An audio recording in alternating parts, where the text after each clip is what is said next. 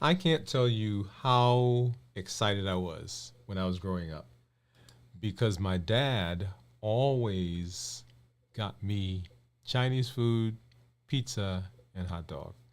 I grew up in Brooklyn. Yeah, yeah, that's where it was. And some of the best times that I have that I remember revolve around those three things: hot dogs, pizza, and Chinese food. And for the life of me, no matter how I try, those are still some of my favorite foods. I guess I don't try that hard.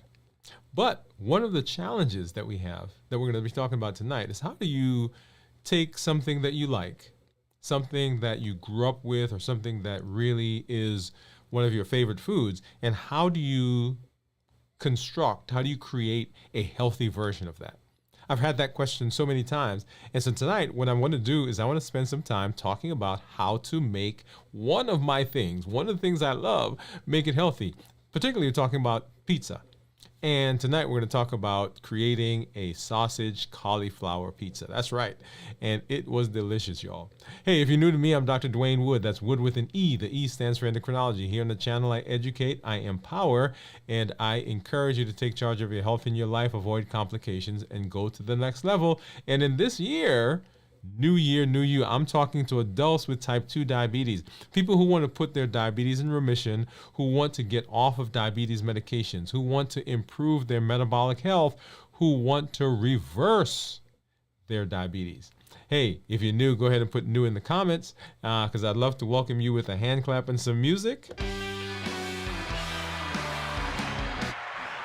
And let you know that we are glad to have you in the community. Also, if you are new, go ahead and put a Q if you have a question into the comments so that we know that that is a question that we need to get to as we get throughout the evening tonight.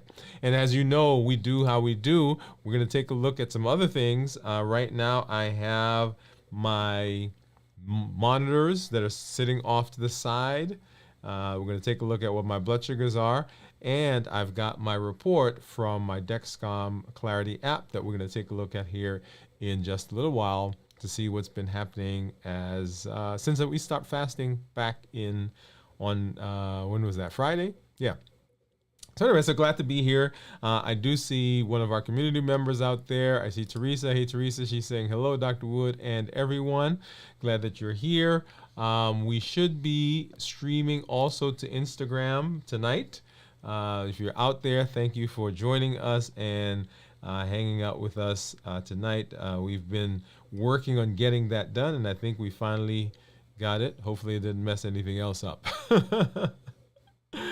All right, so one of the things that I do want to do is I want to go ahead and we're going to spend some time. We're going to take a look at what my blood sugars are here in just a minute as we get started and as we move into the rest of the discussion. I was excited to do this. I was excited to have this this show because if you remember, we did back in the fall, I believe it was, we did a show where we did curry chicken.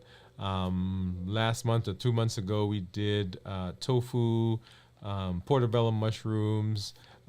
We did cauliflower rice. We did tofu steaks and so forth. So, palpitations after that. And so, so this was an exciting one for me because there are some other things that we're doing. And so my hope is as we go throughout the year that you'll see the shows punctuated with either this as one of the shows or we'll have an additional show at some point. For those of you who are in a community, maybe we'll do that in one of our groups. But tonight we're talking about the cauliflower, the sausage cauliflower pizza. Lost my thought there for a minute. But let's hop over and let's go ahead and take a look at what some of my blood sugars are doing. And I do see a question out there. Teresa, I do see your question. I'm going to go ahead and star that. And we'll come back to that here in just a little bit. Okay? All right. So let's see. So first of all, let's take a look at my Libre. So my Libre right now is saying that my blood sugar is 72. And by the way, yesterday at 9 o'clock was was the last time I ate, 9:30-ish. So I wanted to do a couple of things this week. One of the things that I've had people ask me about is what do you do when you come out of a fast, and what is your regular routine? And my regular routine was kind of a 16-8. I'm actually changing that, probably more like a 18-19 plus, right? And so pretty much eating either two very short meals or one meal a day. And you'll see there, so I still have, what, 2.5 hours within my eating window, right? So I've been fasting since 9:30 last night. So 9:30 tonight would be 24 hours. I'm not planning to do a 24-hour fast. This is just, there are people who are out there right now who are wanting to do a 23, 22-hour fast, eat one meal a day. And so I wanted to show you what blood sugars do within a day, right? Because a lot of people don't think that blood sugars can improve within a day, and there you have it. So this is about 12 hours now, but I've been basically fasting for 20, 21, 22 hours, right? The plan for those people who are doing this type of fast is that they're going to eat, and the blood sugar, of course, will start over, and then tomorrow it'll go down again. But anyway, you see that, and we'll talk more about that as we get into the fasting for the rest of this week. But I wanted to make that point for you as you're looking at the blood sugar that you see on the screen. And then, of course, taking a look at my Dexcom, and my Dexcom says that my blood sugar right now is an 86, okay?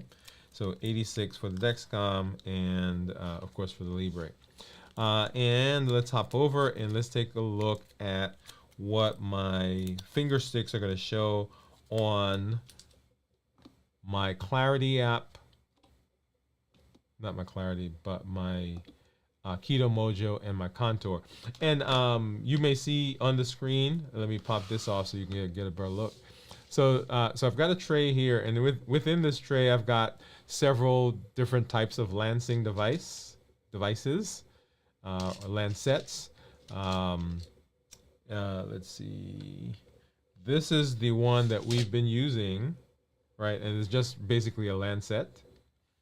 There is another one here that I've got in this tray. And then, of course, these kind of automatic spring-loaded ones. So anyway, so I brought a bunch of those because I'm always looking for lancets.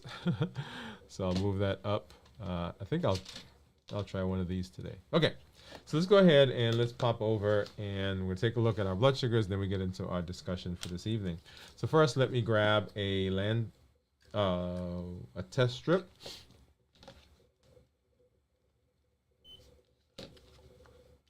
Test strip for the Contour, and then a test strip for the Keto Mojo.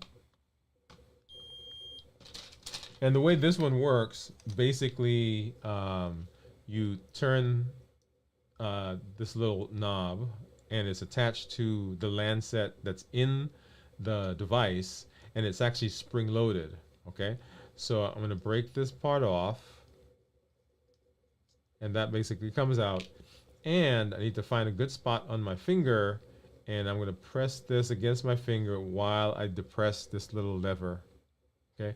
And that lever releases the lancet, and the spring pushes it, and I get, okay? So you may have heard okay? And there is my drop of blood. Let's get the Keto Mojo going. Let's go ahead and get the Contour going. And so 84 for the Keto Mojo, and the Contour 88, so not far off. And then of course we're going to change and do the ketones here on the Keto Mojo. And just like I always do, I'm not going to show that to you guys right now. I know, I'm so bad teasing you guys. All right. So let's hop over and let's go ahead and let's talk a little bit about our what we're doing tonight, right? So when we're talking about cooking with Dr. Woode, and we're going to go through that video here in just a minute, but just a few things that I want to talk about. And the challenge is this. Well, let's do this one. There we go. The challenge is creating a pizza that is both healthy and delicious, right? Because typically when people think pizza, they think lots of carbs, they think unhealthy, they think lots of cheese, lots of calories, and so forth. And so that really is the challenge. And often when we are trying to change a food, when we're trying to change a dish, we tend to think that that dish can't be either it's not going to taste good, or if it tastes good, then it's not going to be healthy. And so that's really the challenge that a lot of people find themselves in. Well, let's talk a little bit about cauliflower. And I have a team member in my office that says cauliflower is the great imitator, because if you're in the wellness, if you're in the space right now, you know that cauliflower is one of those things that people are making all kinds of things from. Okay, and we here on the show have done cauliflower rice. In fact, part of what we're going to need to do as we are creating the crust for the pizza that we're going to be making is we're going to have to make some cauliflower rice. But cauliflower, I've seen people making hot wings, right? So they basically grill the cauliflower, or they bread it, fry it, and then they put it in buffalo sauce. Or I've seen people making little finger foods with cauliflower. I've seen people making all kinds of things with cauliflower, and so she calls it the cauliflower is the great imitator. But there are some great things that cauliflower has that are beneficial, right? So in terms of nutrition, and you'll see that there. So protein, 2 grams of protein, and this is for about 100 grams of cauliflower, probably a cup. There's not a lot of fat, right? About 1 gram of fat. Not a lot of carbohydrates, so 5 grams of carbohydrates for that 1 cup. Lots of fiber, 2 grams. And remember, cauliflower is one of those non-starchy vegetables that we talked about before when we did our show. If you didn't see that show, go back and watch it, and you'll get a flavor for that. And then, of course, potassium, magnesium, and phosphorus, all those things that we like. And then it's full of different types of vitamins: vitamin C, vitamin K, B6, folate, pantothenic acid, and these are all substances, all things that we want to include in our diet. So there's a lot of benefit for cauliflower. And so a little bit about the history of pizza. So because that's my thing, right? So pizza. So the concept of flatbreads has been around for a long time, back to the Greeks, the ancient times, Romans, Egyptians, and so forth. And this idea of having some kind of bread that you put stuff on. Basically, that's what pizza is. Okay, we'll talk a little bit about as we get to the modern time, but that's where pizza is. So flatbread in the Middle Age, it evolved in different regions in Europe, in Italy, particularly in Naples, and so this bread was referred to as a pizza. This flat bread that they made was referred to as a pizza initially, right? Initially, these were simple breads, and you just top them with ingredients. And this was here's the thing, right? And this is a lot of times what we find is that there are certain things that are common to what are called the common people. Right, people who didn't have a lot of money, they weren't affluent, and so they developed something. And if you flash forward now, hundreds of years later, in our modern society, those are called delicacies, right? So we took them to people, but when they didn't have money, that's what they used, and now it has become one of these delicacies, right? That we use. So anyway, so flatbread in the Middle Ages, the modern pizza. In the 18th and 19th century, when tomatoes were introduced into Europe, then the commoners, those who were not affluent, started using tomatoes and putting them on bread with lots of different things. And this was really the first simple pizza, right? It was cheap. It was something that you can eat with your fingers. This was kind of the working class kind of snack or kind of food, right? And then, right, the pizza margherita was, and there's a story where Queen Margherita was visiting, and a local baker, cook, chef made her a pizza or this flat bread that had the colors of the Italian flag. So red for tomatoes, white for mozzarella, and green or basil for green. Okay, and this was really it was named Pizza Margherita, and this is really kind of the thing that solidified the idea that pizza was an Italian cuisine, and that sparked the whole thing. And so today, pizza has taken on a life of its own, right? So lots of different types of pizza around the world. New York style pizza, which is where I'm from, New York. Chicago has their deep dish pizza. California has their gourmet pizza, and around the world, if you go around the world, lots of different places have different types of pizza. Including the variations of toppings, like seafood in Japan, or spicy meats in India. And I'm sure if you're out there and you are from the Caribbean, I would love to know, what do you put on a pizza in the Caribbean? If you're from Africa, what do you put in a pizza in Africa? If you are of the native peoples of the United States, do you have a pizza, and what do you put on your pizza? So if you know, or even some of our community members in your state, is there a state pizza that you guys eat, and what is it? I'm here in Alabama, and I keep searching for New York style pizza. Right, that's what I grew up in, kind of flat, thin bread. I have grown to like deep dish, but when I was growing up, it was really it was not deep dish. It was a flatbread, basically flatbread. Okay, all right. So let's go now and let's take a look, and let's talk about our pizza. So the first thing that we've got to do when we're making the pizza is we have to get the cauliflower.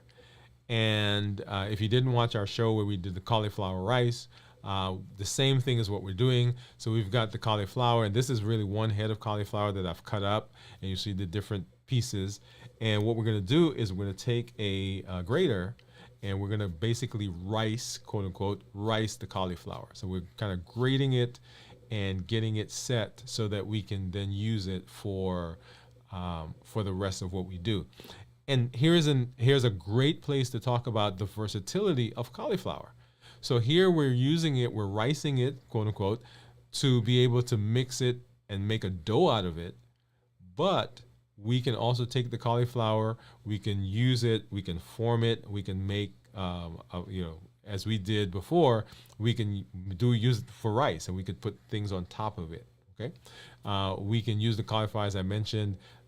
We can dip it in sauces, and if you go to any function and they've got a tray of vegetables, one of those vegetables that you may see on that tray is cauliflower, right? So there are carrots, there's broccoli, there's celery, and of course there's cauliflower, the little spears, and you dip them in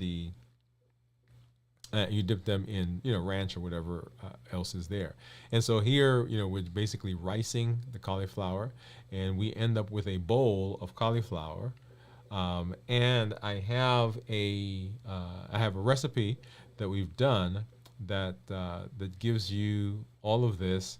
In fact, let's see, would I be able to do that? Let me see if I can pull it up. Anyway, there's a book that we're putting together, a cookbook that has all the recipes and things that we've been doing. Okay, so we rice the cauliflower, and then what we need to do, if you remember, in one of our old when we did when we did our cooking show before, the way that I cooked the cauliflower at that time was I took it and I put it in a frying pan with some oil. This time what I'm doing is simply taking the cauliflower after I've riced it, put it in a bowl, I cover it with some saran wrap, and I put it into the microwave, and we did it for 5 minutes, and we basically get that out, and now the cauliflower is warm or hot, cooked, right? Because it doesn't take a lot of time to get the cauliflower going. Now, one thing that I didn't do here, right? One thing I didn't do was I didn't drain it, right? So I wanted to see what the bread would be like or the dough. And so you can take it after you take it out of the microwave. You put it in a clean kitchen towel, and you basically wring out the excess moisture from it. In this case, I did not do that. And then we take it, and so here's our mixtures, right? So we've got some eggs, mozzarella cheese, we've got Italian seasoning, Parmesan cheese, black pepper to taste, salt to taste, garlic powder to taste, and basically we're mixing this together, and we're getting kind of a doughy substance, and that's what we're going to use to make the dough for the pizza. And so there you'll see all my ingredients that I'm doing, and we're going to start mixing that up and then form it. And you can form this in lots of different ways. All right, so let's go ahead and let's see. Here we go. So you can begin forming this in lots of different ways. In this case, what I did was I just mixed it in a bowl, dropped all of those ingredients in there, and once again, this is to taste, right? So and we do have that recipe that we used to make this, and it will be available on our website that we'll have. And so in this case, if you look at the bowl, you see the steam coming out of the bowl. And what I did was I grabbed this and I stuck it into the freezer part of the refrigerator, and I let that cool down a little bit because I didn't want my cheese that I was getting ready to put in to melt too much. But basically, right, you're putting all those ingredients in there, and that's a little blurry. But then we take that out, and I've got a cookie sheet that I've put some parchment on, and we're gonna start putting that together. And what I wanted to show here is that it doesn't take a lot, right? So this is just some parchment paper on a cookie sheet, and I'm just spooning that out, and you'll see I'm starting to form the dough. I'm starting to form the pizza pie itself, and it's really just a 1-inch thick layer of the cauliflower mix that I've made, and I'm kind of making that. You can do this deep dish, right? If you're interested, if you like deep dish, when you're putting this together, basically you kind of press the middle in so that you have the edges coming up, and here you'll see that we're putting that together in a pie shape and form. And mine is a little bit more, it's not as stiff, which I like, and it came out actually very nicely. And what we're going to do is, once I get that formed, we're going to go ahead and pop that into the oven and get it to brown and begin to firm up. All right, look at that. Isn't that beautiful? Yeah. If I hadn't put the eggs in there, I would have just grabbed the piece and eat it right there. But so we have the eggs, and so we're gonna go ahead and pop this into the oven.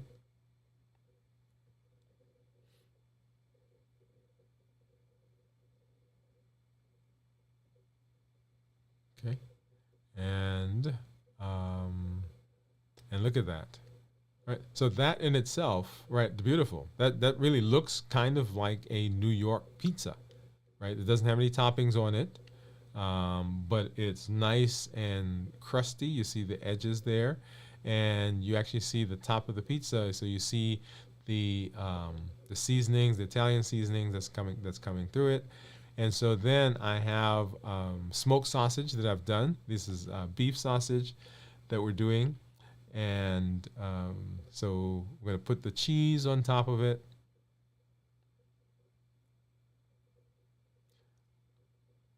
There we go, right? So delicious. And you guys know that I'm a cheesaholic. So we got the cheese that we're gonna put on, and then we're gonna cover that um, with the sausage here in a minute. And you can really put this. We're doing a sausage pizza, but this was what I wanted to do. You can do vegetables. You can do other types of meats if you're interested. I have somebody who told me that they made a barbecue chicken pizza. Basically, they took the chicken, chopped it up, and cooked it with barbecue sauce, and then they topped the pizza with that. Here, I'm not using any vegetables, but you could put onions on there. You can put olives if you like olives. All the normal everyday things that you would put on a pizza, you can put here as well, right? Because the only difference that we're doing right now is we're changing the dough from using flour. Right now we're using the cauliflower. Okay, and so that cuts down on the carbohydrates. It cuts down on the starches, right? And it is a healthy version of this. Doesn't that look good? Right? Beautiful, beautiful. Right? And so we're going to take this and we're going to pop it into the oven.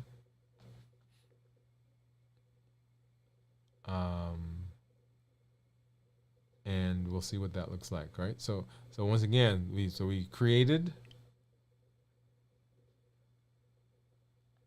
Let's pop back over here. So we riced the cauliflower. We steamed it in the microwave. Remember when we did a previous version, what we did was we took that and we actually put olive oil and we put it into the frying pan, and that was how we did it the last time. This time we simply took it, we put it in the microwave and steamed it, and then took it out and then mixed all of our ingredients together. That was the Parmesan cheese, the mozzarella cheese, the eggs, the garlic powder, Italian season, black pepper, and salt to taste, and then formed our, once we mixed that up, we formed the pizza crust,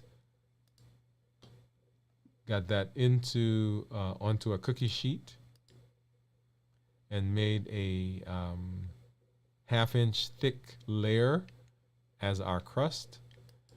Got that into the oven. Comes out look at that, delicious. And then went ahead and topped it with our cheese, topped it with the sausage, and then we're going to pop that back in the oven here in just a minute. Okay? All right. So let me pause there, and I want to hop over, and I did see Jennifer. So Teresa was here. She said hi. Jennifer came in. Jennifer said howdy. Hey, Jennifer, glad that you're here. Hey, Teresa. And Teresa did have a question. She said, I missed the show when you talked about having palpitations after a fast. I'm trying to remember which show that was, Teresa. Jog my memory, if you don't mind. Just drop something else. And then I see some folks over on Instagram. Thank you guys for coming through and hanging out with us as we are talking about doing a sausage cauliflower pizza. I do see a good friend out there who is vegetarian. And so once again, for those of you who are vegetarian or even those of you who are vegan, this is actually a very simple way of improving a classic dish, right? A classic item. You can do the cauliflower and you'd have to find, some, if you're into cheese, right? Because you can do this actually without cheese. But if you want to do cheese, you would have to find some vegan cheese, and we do have some in the refrigerator. And actually, I went and I had some the other day, and to be honest, when I enjoyed the vegan cheese, at least the one that we had, a little bit more than the regular cheese that I had. So I was cutting it up and eating it. but you can do that as well. And then of course the toppings can be any vegetable that you really want to put on the pizza. Okay, all right. So let's hop back over, and I do want to talk a little bit more about making something healthy, right? About making something healthy. So we talked about pizza today, and how do we make a healthier pizza? How do we make a healthier pizza? Right. Number one, you want to choose a healthy base, and that's where the cauliflower comes in. Right. You can use other things to make the pizza. There are other types of flours, if you will. I was trying to stay away from the flour because once you crush that up, whatever it is, it could be corn flour, it could be plantain flour, it could be cassava flour. Because you are crushing it up, the fiber is actually pretty much destroyed, and your body absorbs that so much easier, and so we get a spike in the blood sugar. Insulin has to come out to decrease the sugar, whether you take insulin or your body makes the insulin. Once that happens, then the appetite is stimulated. And remember our three pillars, right? So decrease insulin, suppress appetite, and get rid of as much sugar as possible. And so that was the reason that cauliflower is actually a good base. You want to opt for healthier sauces. And you'll see here in this case, I did not use any sauces, right? This was simply the cauliflower, cauliflower base, then the cheese on top of that, and then the sausage on top of that, and that's all. So I did not use any sauces, but you can use lots of different types of sauces, things that you create yourself. Marinara sauce. You can make your own spaghetti sauce at home. You can make your own whatever sauce. Actually, you can make that at home. Then you want to load up on vegetables, right? Often, if you make a pizza and you don't put enough stuff on it, after you've eaten that slice of pizza, you're still hungry. So if you are making sure that on that slice that you're having, or on the pizza in general, you're putting a lot of vegetables, then those vegetables, and non-starchy vegetables, by the way, those vegetables are they have bulk. And so when you eat them, because they have bulk, the pizza already tastes good. You have the toppings of the pizza that creates bulk, and now you eat that and you are satisfied. Otherwise, it's basically a piece of cheese that you're eating, and then your appetite might be stimulated at that point. You want to choose lean protein. So as you're getting into, if you are eating meat, chicken, fish, whatever, you want to choose lean proteins, because once again, we're trying to get a healthier pizza, a healthier version of this dish, of this item. So in this case, I did not change anything else other than I did not put sauce, and it was cauliflower. But even to make it healthier, we could have, instead of doing sausage, you could have done something else. You could have done chicken, like I mentioned before. And then be mindful of cheese. This is my this is my place where I've got to kind of be careful, right? So when we did our show where we talked about labs, remember that my cholesterol level went up because I've been doing such a good job of keeping blood sugars under control, right? That I've switched to eating things that don't have a lot of carbs, but are higher in calories, higher in fat. And so one of the things I've gone to is eating cheese. So I think I have now probably some stock in cheese somewhere. And so as you're doing healthy, remember, we always have to find a balance. And for a lot of us, when we are, I shouldn't say a lot of us. So in general, human beings, right? In general, human beings, we tend to go, I don't want to say extremes, but in this case, going from a lot of carbs and say, well, I'm not going to eat a lot of carbs, so I'm going to come way over here to this side. But it has to be balanced. And if we do a good job of balancing, then then things kind of work out, right? So in terms of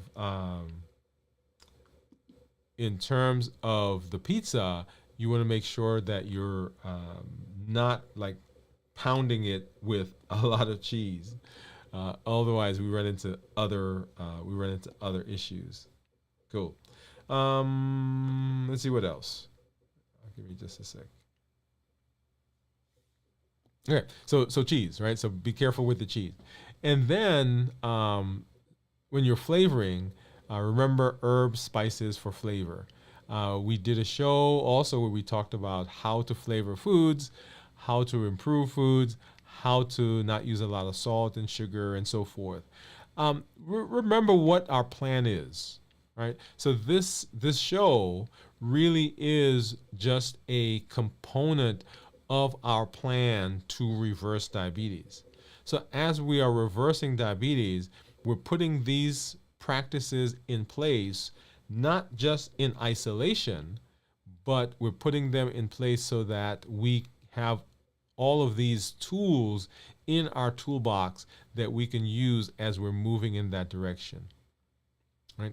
If you're out there and you are not diabetic and you are here with us, the things that we're talking about for diabetes in terms of being healthy work for you as well. Whether you have metabolic syndrome, high blood pressure, high cholesterol, polycystic ovarian syndrome, all of those, if you're now creating a healthy version of pizza, guess what improves?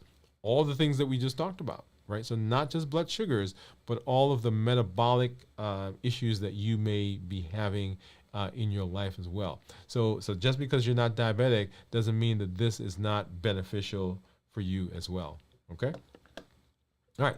And so let's go ahead and let's take a look at our pizza. Yeah. Yep. You guys want to see the end of it? Well, let me do this first. What I want to do is I want to hop over and let's take a look at what my report has been saying about blood sugars. Move up some of this stuff. Okay, here we are. So let's see. Let's grab. Yeah, let's do this one. All right.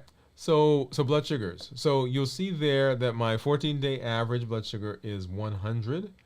Right. So average blood sugar 14 days is 100. My average blood sugar for the last 90 days, 3 months, has been 104, so not far off from the 100.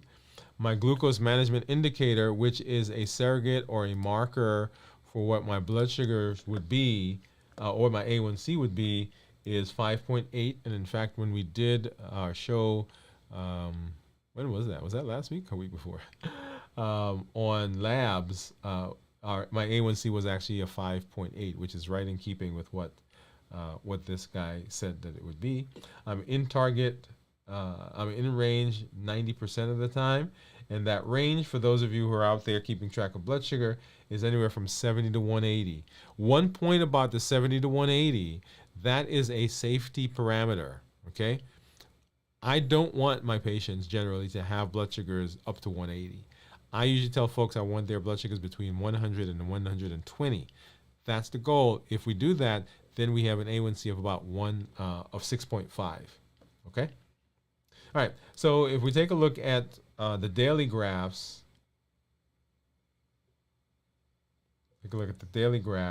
you'll see if we go back starting on Friday, and you see the blood sugars during Friday were 140s, 150s. And then Saturday, kind of the same thing, 130s, 120s, 150s. Sunday into the 60s. And then remember I said that I stopped eating last night about 9:30. So right in here. And then the blood sugars began coming down into the 100s. And I want you to note reversing diabetes, right? We've been asking folks to fast for 1 24-hour period. And people say, well, 24-hour period, does that make a difference? And you can see it there on the screen for yourself. It does make a difference, because if you're not putting anything in, you're not putting any calories in, you're not putting any carbs in, then the body has to use the energy that it has on board. It has to use the carbohydrates that are on board. And as it uses that, the blood sugars go down. During the course of having these blood sugars go down, guess what you don't have to do? You don't have to probably take any insulin during that time. Your body is not having to spike your insulin up. If that doesn't happen, then the appetite gets suppressed. Remember the pillars. Number one, we want to decrease our insulin. Number two, we want to suppress the appetite. And number three, we want to get rid of as much sugar as possible. Right? So there it is. And so that gives us a good indicator of what happens. And so when I eat here before 9 o'clock, right? So we'll see the blood sugar spike up and then come back down as we begin another 24-hour period. And I wanted to specifically show those of you who are out there who are working on a particular fasting regimen that even a 24-hour period fasting does have benefit, because during the time when you're not eating, then those blood sugars are coming down. All right. Okay. So let's go ahead and take a look at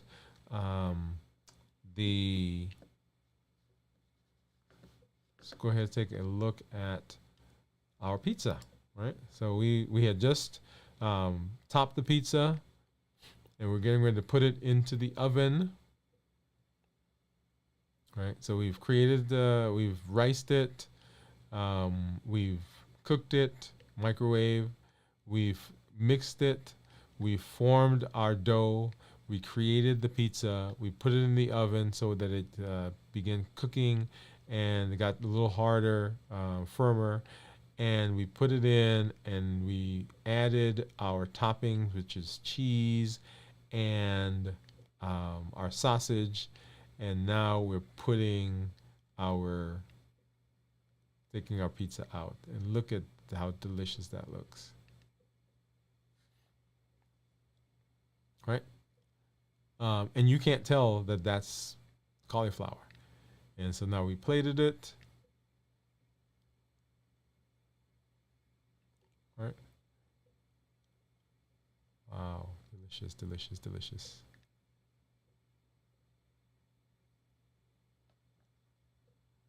Yep. And so, sausage, cauliflower pizza, a healthy version of this amazing dish.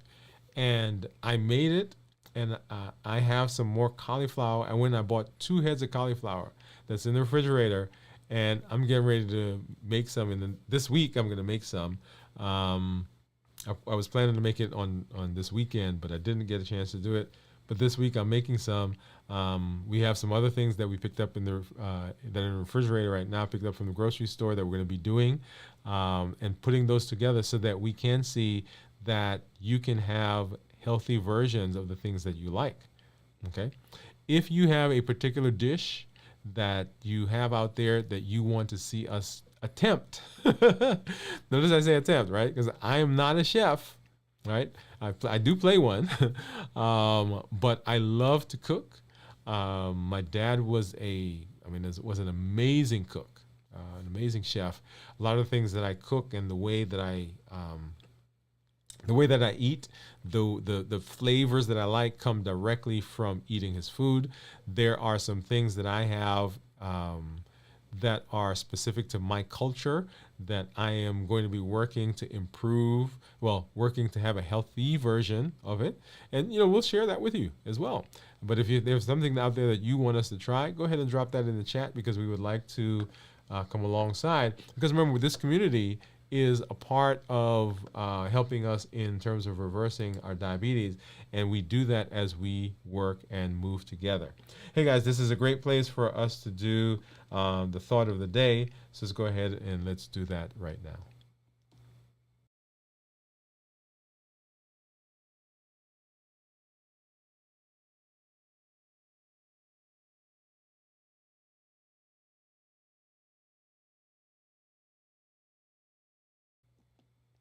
And the thought of the day is this: that the only constant is change. Change happens. Change does not pigeonhole you into a particular place, because you can always change. I was talking to someone this weekend, and she was sharing that there are some things going on in her life, and that she was unsure of how to proceed. And the issue was that I think in her mind, if she made a decision, that decision was permanent. And often that is what happens for us. Sometimes we don't make a move because we think we don't make a decision because we think the decision that we make, once we make that decision, that's forever. And change always happens. There's changes in our health. There are changes in our health. There are changes in our careers. There are changes in our education, in our jobs, in our home where we live, right? Changes in our vehicles, in our clothes.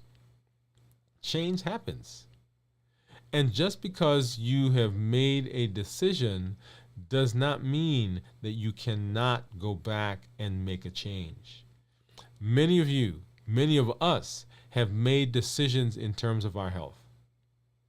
And there are some damaging things that have happened in our health. There are some health choices. There are some health benefits.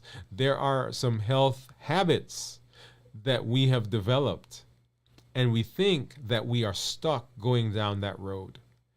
And I want to convince you, I want to encourage you and tell you that that is not true.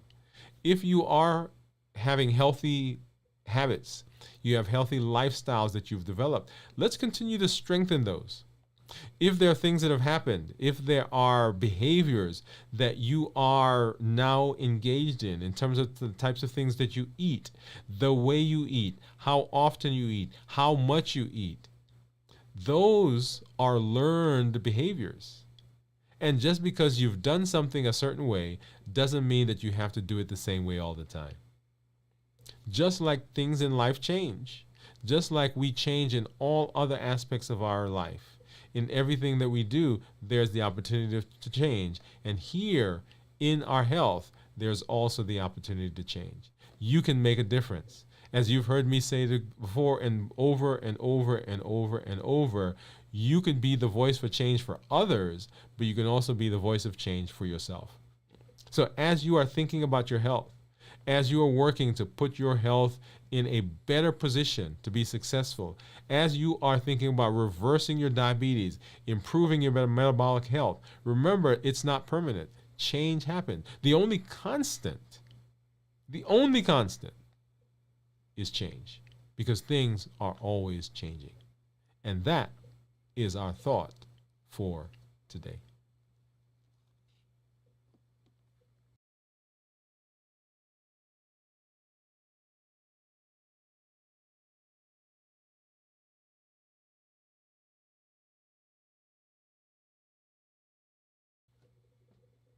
All right, all right. I do see. Let's see. So Teresa says. Teresa says, "LOL. I don't remember the title of the show either.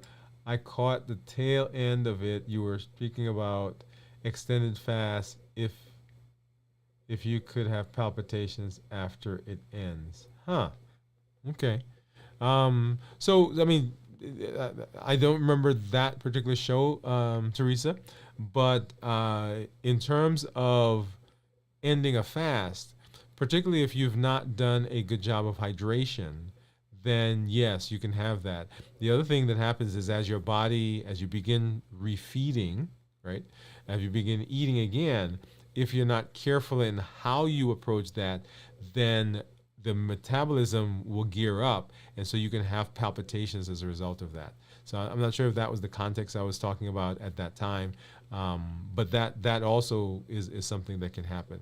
So palpitations, of course, as you are going through the fast, if you're not maintaining hydration, and then as you begin feeding again, as you begin eating again, then as your metabolism picks up, also if hydration has not been kept up, then you can have palpitations as well. Okay. Let's see. Jennifer says, I can make my own sauce. No sugar and added, let me put that back up. No sugar and added veggies in the mix. Yep, yep, yep. So Teresa, you have I think if I remember, you have a garden, don't you? You're out there. And we said we need to take a community trip out to hang out with Teresa. Teresa says she's sorry. She said, "Make noodles, please. I love them." Teresa, any particular type of noodles? Any particular type of noodles? And she says, "Yes, it happened after I eat.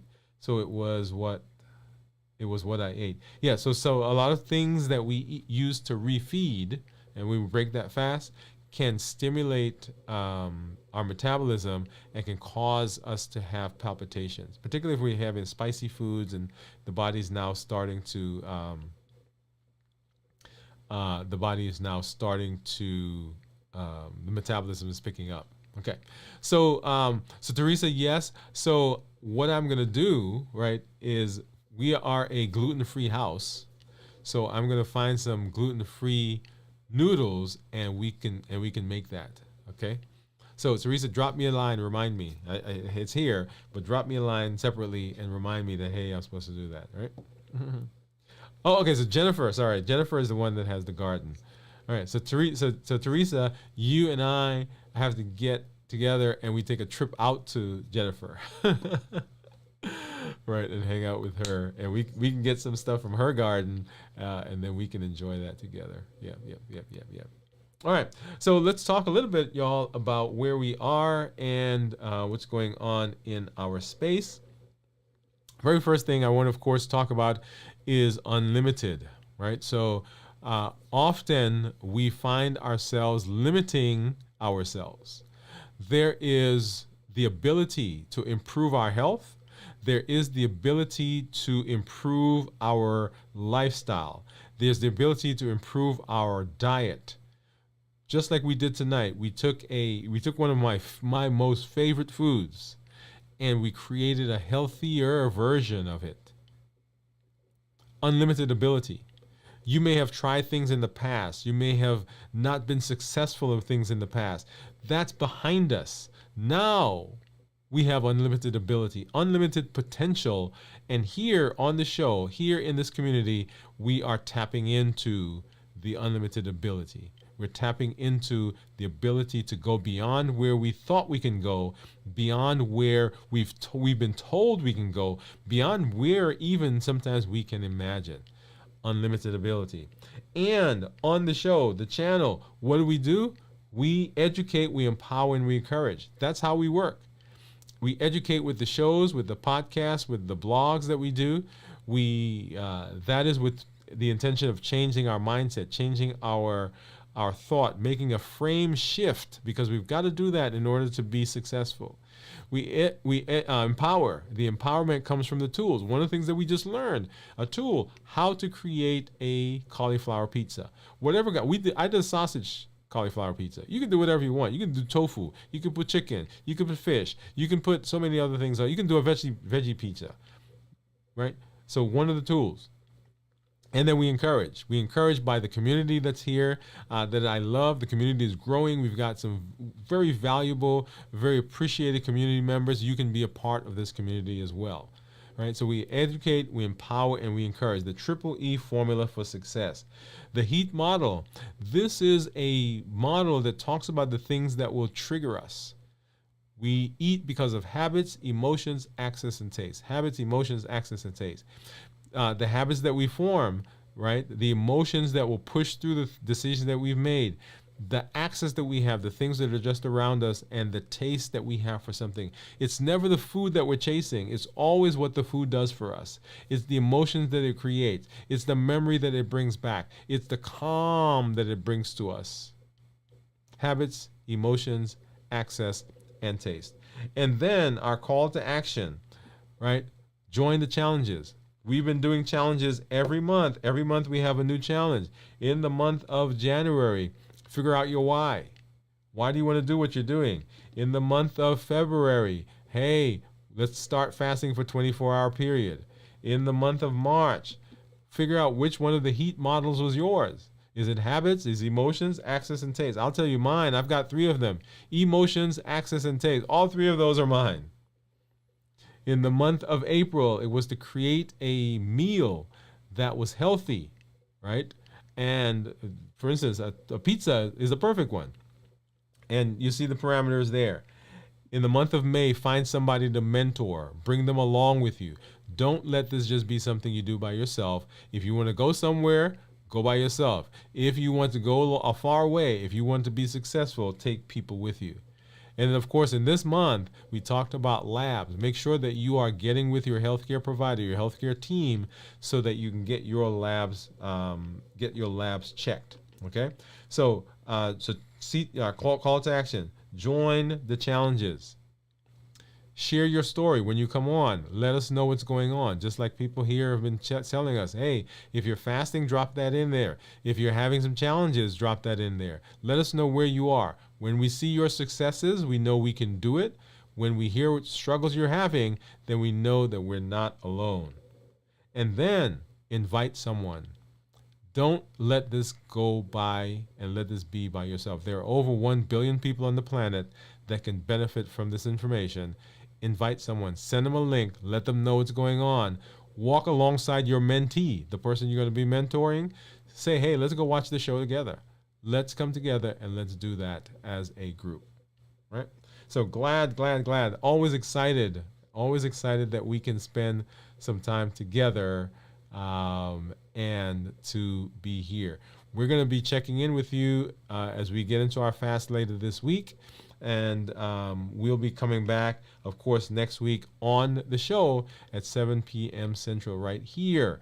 As I always say, y'all, glad to be with you, glad to be able to hang out. This is Dr. Dwain Woode. That's Wood with an E.